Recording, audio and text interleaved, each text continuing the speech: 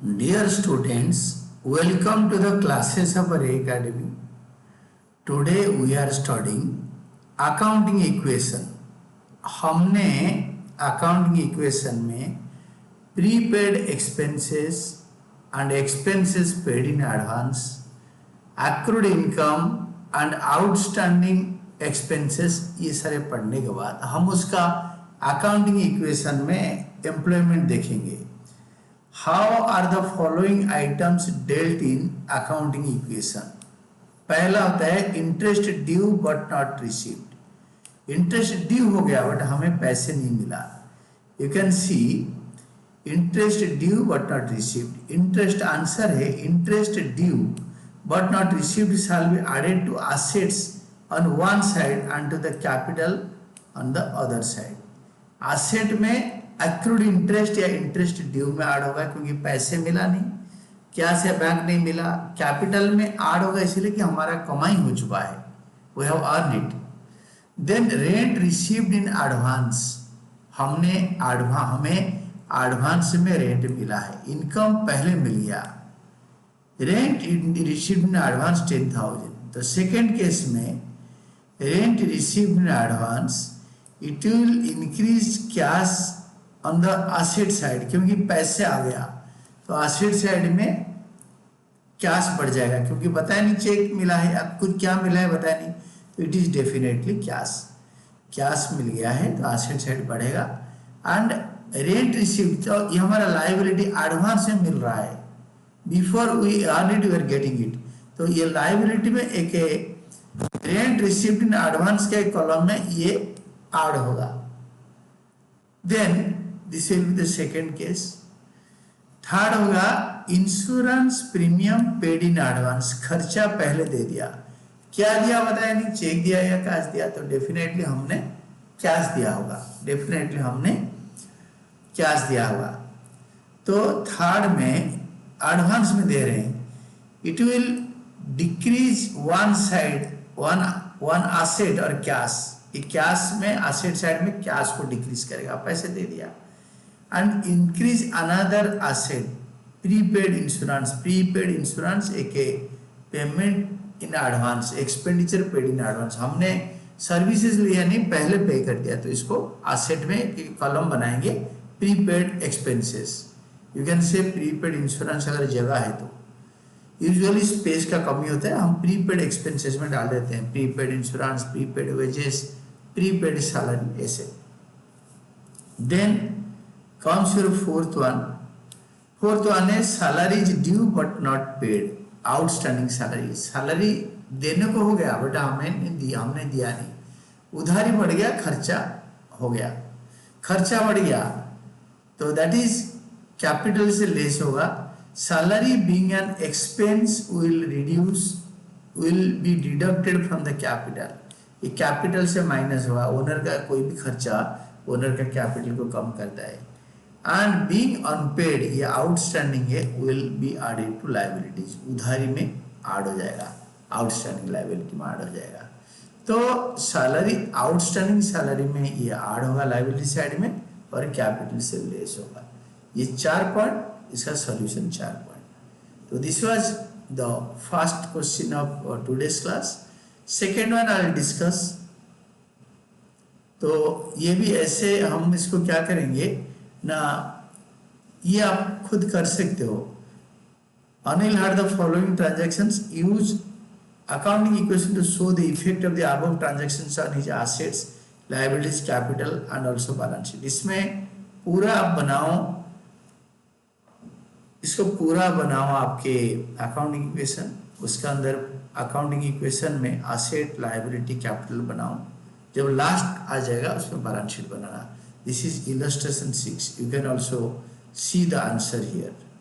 देखो illustration 6, this is illustration 6.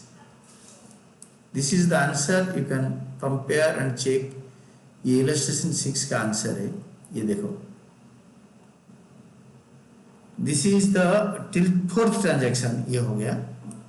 Then बाकी 4th transaction से 10 ट्रांजैक्शन तक, 5th ट्रांजैक्शन से 10 ट्रांजैक्शन तक यहाँ हो गया, यहाँ पे आ गया.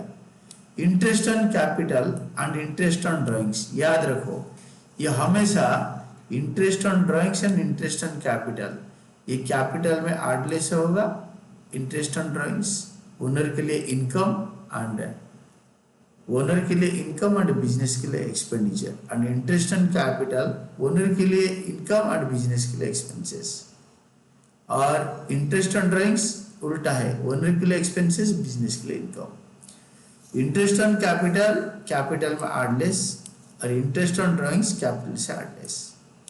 तो इसके बाद इसी जो वैल्यूज है लास्ट लाइन का, ये वैल्यूज को लेकर आप क्या करोगे ना, सारे बैलेंस शीट बना दोगे। This is your balance sheet of this illustration 6. You can prepare the balance sheet. So this was all about आपके ये वाला asset क्या, stock, furniture, value ये वाला आएगा 29,500, 20,000 and 5,000 and 20,000 और ऐड कर दो 74,500, और likewise 35,000 आपके creditors आएगा, और including vendor for furniture. Vendor for furniture usually creditor नहीं होता, वो क्रेडिटर फॉर एसेट्स होता है अलग लाइन में, बट हमने इसमें ऐड कर रखा है तो इंक्लूडिंग वेंडर फॉर फर्नीचर लिखना मांगता है। Then outstanding expenses 1100 will come here, outstanding expenses. Then capital 38,400 will come here.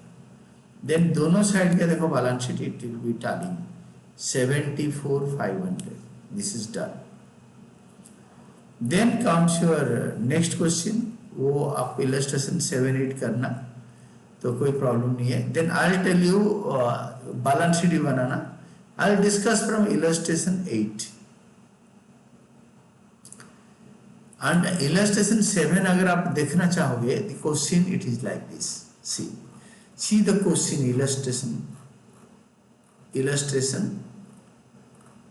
7. This is illustration 7. You have to prepare accounting equation and also the balance sheet. Accounting equation ये पूरा complete accounting equation है, ये 1 to 10 transaction से यहाँ तक, और इसका answer ना पेज नंबर और कहीं पे दे रखा है 11. This is, इसे बैलेंस शीट भी बनाना है, तो solution is on page number 5.11. You can see the solution there. Here is the solution. This is the solution of illustration 6. This is the capital and liability side of the solution, and asset side का इस तरफ accrued interest भी रहेगा liability side, asset side में आएगा। This is asset side, accrued interest, debtors, stock, building, bank, cash, और ये space कम होने की वजह से इन्होंने टेढ़ा बनाया हुआ है। These are the particulars. There are in all 10 transactions. You can see this. You have to just study comfortably. आराम से पढ़ो, और इसका बैलेंस शीट आपको पता है कैसे बैलेंस शीट बनाते हैं। Then illustration 8. ये सारे important questions है। Illustration 8. Then illustration 8. Give an example for each of the following types of transactions. एक एक एग्जाम्पल दो। Increase in one asset and decrease in another asset. एक asset बढ़ रहा है, दूसरा घट रहा है। एग्जाम्पल होगा purchased furniture for cash. Increase in furniture, दुकान के अंदर इन फर्नीचर बढ़ेगा, कैश घटेगा, क्योंकि हम पैसे देंगे तो फर्नीचर आएगा, दैट इज ऑल।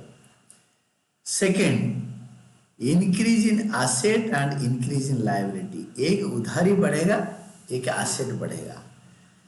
इसका एग्जाम्पल होता है परचेज फर्नीचर ऑन क्रेडिट, उधार पे खरीदा। Increase in furniture is an asset, increase in asset, and increase in liability, creditors for furniture, दोनों बढ़ेगा। एसेट साइड में फर्नीचर बढ़ेगा, लायबिलिटी साइड में उधारी बढ़ेगा। Third, increase in asset, increase in owners capital. Asset बढ़ेगा, ओनर का capital बढ़ेगा। ये क्या हो सकता है, एक एग्जाम्पल दो। Third, capital introduced by proprietor, मालिक ने पैसे लगाए, इंक्रीज इन कैश, दुकान में कैश बढ़ेगा, इंक्रीज इन कैपिटल, मालिक का कैपिटल बढ़ेगा, यानी ओनर का कैपिटल बढ़ जाएगा, बिजनेस का कैश भी बढ़ जाएगा। Fourth, payment to creditors, creditor को पैसे दिया, पेमेंट टू क्रेडिटर ये होता है। फोर्थ में decrease in asset, decrease in liability, एक एसेट घटेगा, एक उधारी घटेगा। तो फोर्थ में पेमेंट टू क्रेडिटर्स, हमने उधार चुकाया। डिक्रीज इन कैश, क्या पे किया ना, कैश कुछ बताया नहीं तो चेक पे कर सकते हैं, ऑनलाइन पे कर सकते हैं, तो बैंक डिक्रीज होता, बताया नहीं तो ऑलवेज कैश। और डिक्रीज इन क्रेडिटर्स, उधारी घट गया, डिक्रीज इन क्रेडिटर्स, उधारी घट गया, दोनों डिक्रीज हो गए दोनों side. Decrease in asset, decrease in owners capital, मतलब एसेट घटेगा, ओनर का कैपिटल भी घटेगा। That is cash withdrawn by the proprietor, घर के खर्चा के लिए ओनर ने पैसे ले लिए तो कैश ले गया, decrease in cash, decrease in capital. Drawings बोलते हैं इसको, ड्राइंग्स मालिक का पैसे को, कैपिटल को कम कर देता है, it reduces the capital and reduces cash, दोनों डिक्रीज हो जाएगा। Then sixth, decrease in liabilities, increase in owners capital, उधारी घटेगा, मालिक का पैसा बढ़ेगा। सिक्स्थ, तो conversion of partners loan into capital, partner का लोन था उसको ओनर बना दिया। एक लेंडर था जो ने जिस बंदे ने उधार दिया था उसको बोला कि ये कैपिटल में कन्वर्ट करते हैं, हमारा पार्टनर बन जाओ। या कोई पार्टनर ने लोन दिया था उसको कैपिटल में बदली कर दिया, तो इंक्रीज इन कैपिटल, उसमें कैपिटल बढ़ेगा, लोन घटेगा, डिक्रीज इन लोन, एक लोन घटा, कैपिटल बढ़ा। Then last seven, increase in liability, उधारी बढ़ेगा, डिक्रीज इन ओनर्स कैपिटल, मालिक का कैपिटल कम होगा और उधारी बढ़ेगा। That is outstanding expenses provided, increase in creditors, उधार बढ़ जाएगा, और फॉर आउटस्टैंडिंग एक्सपेंसेस, उधारी बढ़ गया, हमने टेलीफोन बिल पे नहीं किया तो आउटस्टैंडिंग टेलीफोन बिल बढ़ा, और खर्चा कैपिटल को रिड्यूस कर देता है, डिक्रीज इन कैपिटल। ये हो गया आपके। नेक्स्ट होता है calculation of total assets, capital and other variables, मतलब कुछ दिया होगा कुछ दिया नहीं होगा, हम इससे कैसे निकालेंगे, एक एसेट निकालेंगे, कैपिटल निकालेंगे, अदर वेरिएबल्स निकालेंगे, यू सी। तो इलस्ट्रेशन 9 में, if the capital of a farm is 70,000 and liabilities are 40,000, calculate the total assets। तो आपके अकाउंटिंग इक्वेशन होता है assets is equal to capital plus liability, तो आपको टोटल एसेट कैलकुलेट करना है, तो 70,000 प्लस 40,000 इज इक्वल टू 1,10,000, ये टोटल एसेट है, ऐसे क्वेश्चन से। Next one is illustration 10, from the following information calculate total assets of the business, business का टोटल एसेट्स निकालो। कैपिटल 4 लाख है, क्रेडिटर 3 लाख है, revenue earn during the year, हमने कमाया 7,50,000, मतलब sales revenue, and expenses incurred during the year 2 lakh. तो ये जो रेवेन्यू हमने सेल्स रेवेन्यू अर्न किया, 7.5 लाख का सेल किया, तो ये सेल करने के लिए 2 लाख रुपए खर्चा करा था, तो हमारा प्रॉफिट होगा 550 minus 2 lakh is equal to 5,50,000। 7,50,000 का हमने सेल किया, 2 लाख हमने खरीदा था उसके लिए और खर्चा करा था, तो हमारा प्रॉफिट हुआ 5,50,000। प्रॉफिट कैपिटल को बढ़ा देता है, प्रॉफिट कैपिटल को बढ़ा देता है, इसलिए कैपिटल के साथ ऐड होगा। कैपिटल 4 लाख है, 4 लाख के साथ ऐड होगा। और आपको निकालना है टोटल एसेट। टोटल एसेट के लिए आपको लायबिलिटीज भी लेना पड़ेगा, तो क्रेडिटर से 3 लाख, तो क्रेडिटर यहाँ पे ले लो, लायबिलिटी क्रेडिटर्स 3 लाख ले लो। Now you will be getting total asset 2,50,000। तो यहाँ पे लिखा है value of unsold stock 2 lakh, ये अनसोल्ड स्टॉक भी तो ये टोटल एसेट का पार्ट है, ये आपको कंफ्यूज करने के लिए दे रखा है, इसका इस क्वेश्चन में कोई रोल नहीं है। आप लिख सकते हो आंसर के साथ including 2 lakh closing stock. Unsold stock, value of unsold stock is nothing but closing stock. Then next one, 11th one. 11th में Gurman commenced his cloth business on 1st April with capital of 30,000. This is opening capital. On 31st March his assets were 50,000, liability 10,000. तो asset minus liability is equal to closing capital. Find his closing capital and profits are during the year. तो हम बोलेंगे total assets 50,000 यहाँ पे लिख लो, is equal to capital को blank छोड़ो, this is nothing but closing capital. If you can write down capital की जगह पे closing capital, that will be much better. And liabilities इसका होगा, लाइबिलिटीज विल बी 10,000, लाइबिलिटीज 10,000. तो आपके कैपिटल बनेगा आपका 50,000. ये 50 माइनस 10 40,000. तो this capital is again this wrote it as closing capital. यहीं पे भी आप लिख सकते हो क्लोजिंग कैपिटल. तो 40,000 asset minus liability 40,000.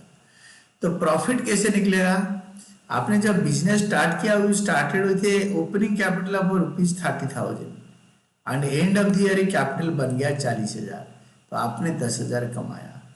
Profit is equal to closing capital minus opening capital, that is equal to profit 10,000. This is done. Then 12th, इसको अच्छी तरह समझो, कोई प्रॉब्लम नहीं है. अगर आपको एक बार समझ में नहीं आया तो बार बार वीडियो आगे पीछे करके देख सकते हो. देन इलस्ट्रेशन 12, इलस्ट्रेशन 12 में calculate total liability if owners capital at the beginning is 60,000, creditor eight the and is 50,000, revenue earn during the period 70,000, expenses 65,000, profit कमाया 5,000. Calculate the amount of owners capital at the end. And में owner का capital निकालो. Total liability पहले निकाल लो. Total liability होता है owners equity plus creditors, मालिक का पैसा, owners capital at the end and liabilities at the end. तो owners capital at the end होगा, ये है capital at the beginning 60 but expenses 65 है एंड क्रेडिटर 50,000 है. तो क्रेडिटर 50,000 ले लो. और ये हो गया आपके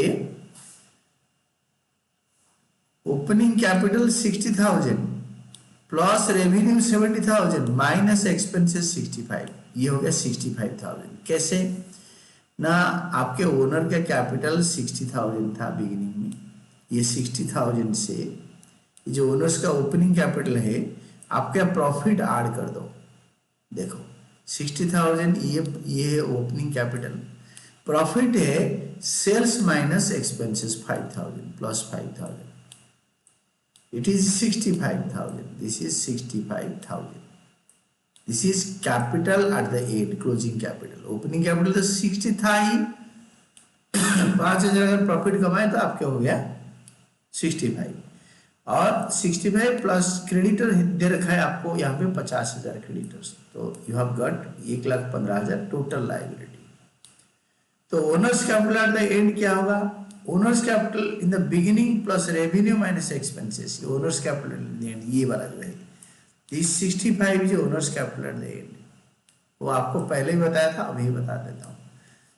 यानी opening capital 60,000 plus profit during the year 5,000, sales से एक्सपेंसेस माइनस करेंगे तो 5,000 आ जाएगा. 60,000 है owners capital plus 70 minus 65 is equal to 5,000. तो 65,000 आया owners capital at the end ही आया. देन 13 में आपके 13 में देखो, 13 भी आपको बता देता हूँ. X started a business on 1st April 2023 with a capital of 50,000 and loan 25,000. So taken from Y. During the year he had introduced additional capital 25,000 लगाया and had written 15,000 for personal use, drawings 15,000. On 31st March his assets were 1,50,000. Find out his capital at the end, 31st March 2024, and profit made or loss incurred during the year ended 31st March 24. तो पहले closing capital निकालने के लिए closing assets minus closing liability, Y का loan ही closing liability है ना, Y का लोन 25,000. तो क्लोजिंग एसेट आपका 1,50,000 है, उससे 25,000 क्लोजिंग लायबिलिटीज, वाई का जो बिगिनिंग में लोन लिया था वही लोन क्लोजिंग में है. कभी इसने क्रेडिट में कुछ लिया ही नहीं, तो क्या करेंगे? तो 1,25,000 आपके क्लोजिंग कैपिटल होगा। देन प्रॉफिट होगा क्लोजिंग कैपिटल, ये फॉर्मूला है, closing capital R drawings less additional capital less opening capital. ये फॉर्मूला बेस्ड क्वेश्चन है, मैं समझा देता हूँ। क्लोजिंग कैपिटल मतलब हमारा कैपिटल 1,25,000 एंड में था और ओपनिंग कैपिटल 50 था, तो हमने कमाया, ये दोनों का डिफरेंस, हमने कमाया 75,000 और इससे हमने घर ले गए थे 15,000। इसके बावजूद 15,000 घर ले गए थे, 15,000 ऐड करो, 25,000 कैपिटल और लगाए थे, 25,000 लगाए थे, तो उसको लेस करो, तो 65,000 will be the closing capital, will be the profit made during the year. Then next one,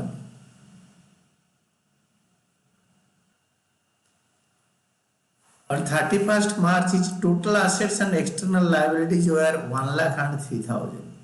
During the year the proprietor had introduced additional capital 10,000, had withdrawn 6,000 for personal use, earned profit of 10,000. Calculate the capital in the beginning.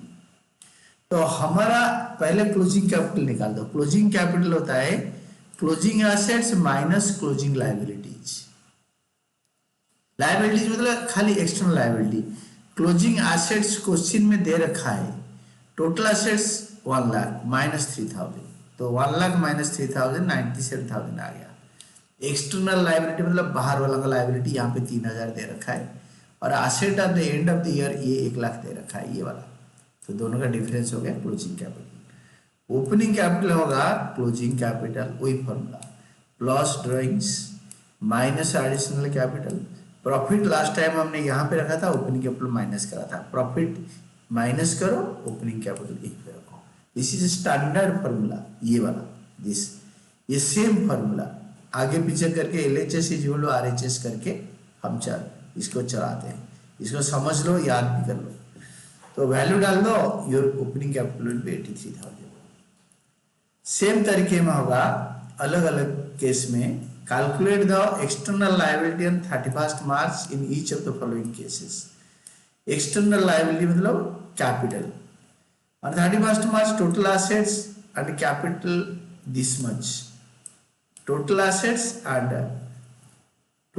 And capital, assets minus capital is equal to, यहाँ पे 6,50,000 external liability मतलब liability from creditors, बाहर वालों की। Internal liability मतलब capital को हम बोलते हैं इंटरनल लायबिलिटी, याद रख लो, capital is internal liability.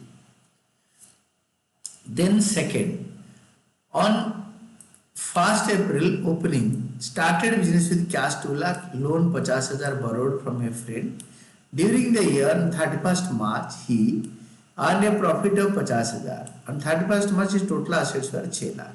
Same formula डालो, क्लोजिंग कैपिटल होगा opening capital drawings plus profit minus drawings, यही फॉर्मूला क्लोजिंग कैपिटल, ये के स्टैंडर्ड फॉर्मूला है, LHS RHS करके वैल्यू डाल दो, क्लोजिंग कैपिटल 2,50,000 आएगा। एक्सटर्नल लायबिलिटी होता है creditors, asset minus capital is equal to creditors.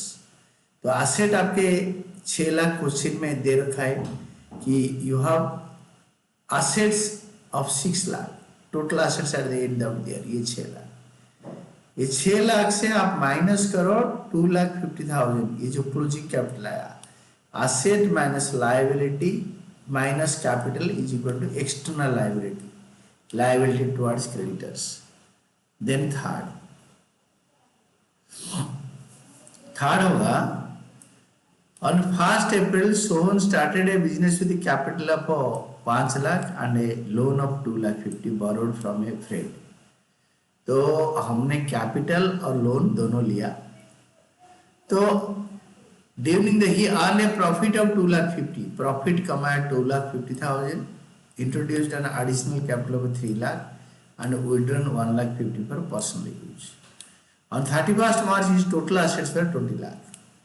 तो आपके क्लोजिंग कैपिटल निकालने के लिए आपका वही फॉर्मूला डालो, this is opening capital 5 lakh, 3 lakh आपके additional capital, add additional capital, 2,50,000 आपके प्रॉफिट अर्न ड्यूरिंग ईयर 2,50,000, ये वाला 2,50,000, दिस 2,50,000 ऐड करो, फॉर्मूला लिखना है माइनस 1,50,000 ड्राइंग्स माइनस ड्राइंग्स, तो 9 लाख आएगा आपके एक्सटर्नल लाइबिलिटी क्रेडिटर्स।